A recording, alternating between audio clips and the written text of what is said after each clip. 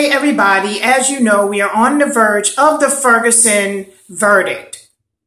A young man was shot and killed by a police officer, and we are now patiently waiting for the verdict to come in from the grand jury. This is a very, very serious situation that we're about to get into. People are lined up and they're ready in just about every state to protest. And guess what? You have a right to do that. But what I would ask people to do, as a homicide survivor myself, 18 years unsolved, my loved one's case, I would ask you to please, if you're going to protest, and that is your right, and you should if that's what you want to do. But my thing would be, please do it peaceably.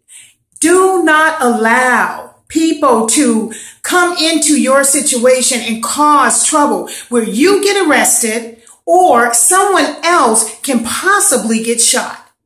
It's not fair and it's not right. We have a justice system, and I know that all the time it doesn't work, but we have to abide by the law.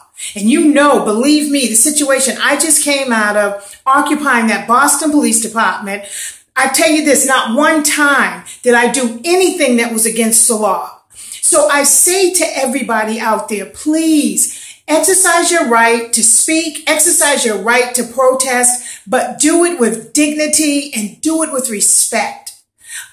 You don't want to get arrested. You don't want to get shot accidentally because of someone else's foolishness. What I would also tell people who are waiting, so patiently, and then there are people who are waiting, they're just so ready to get violent.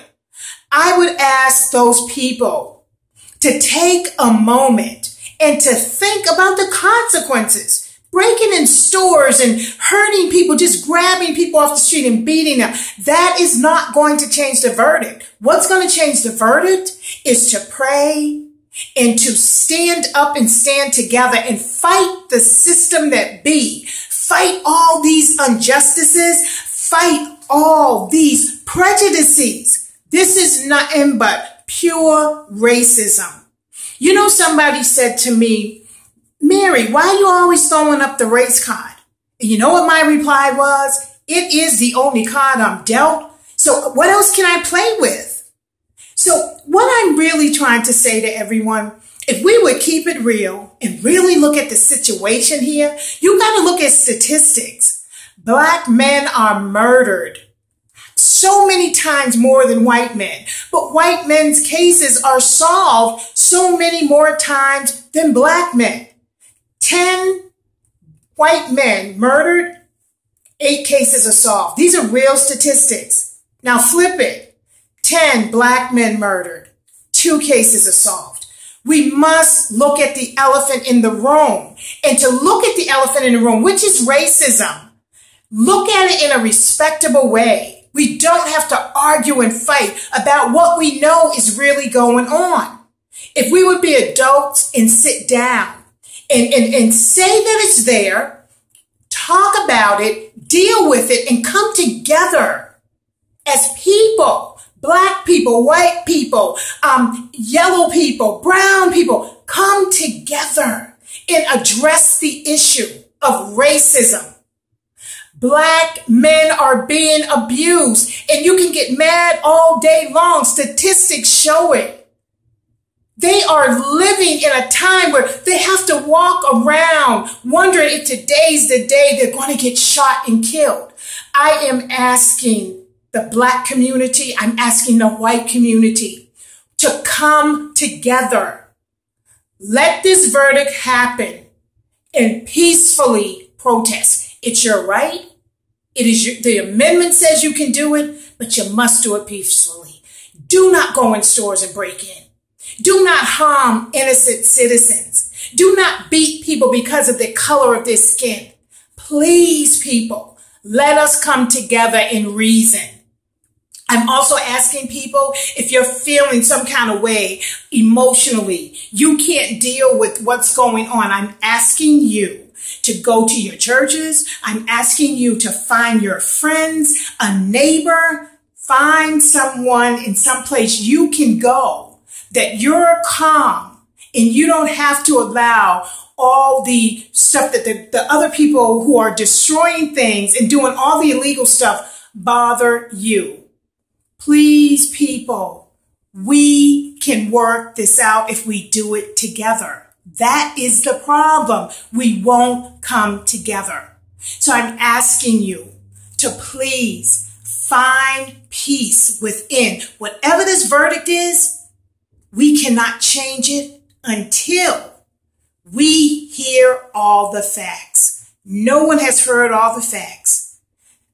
Pray for this young man's parents. Pray for his family. Pray for his community.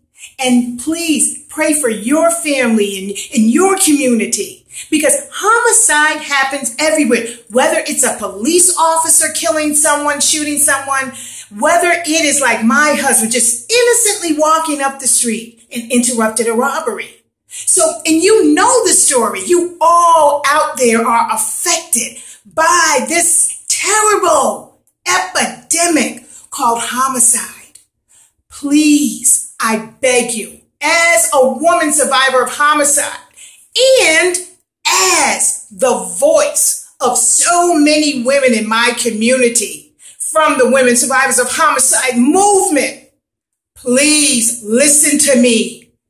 Do not allow anyone to make you do something that you're going to regret later. So with peace and calm, let us move forward.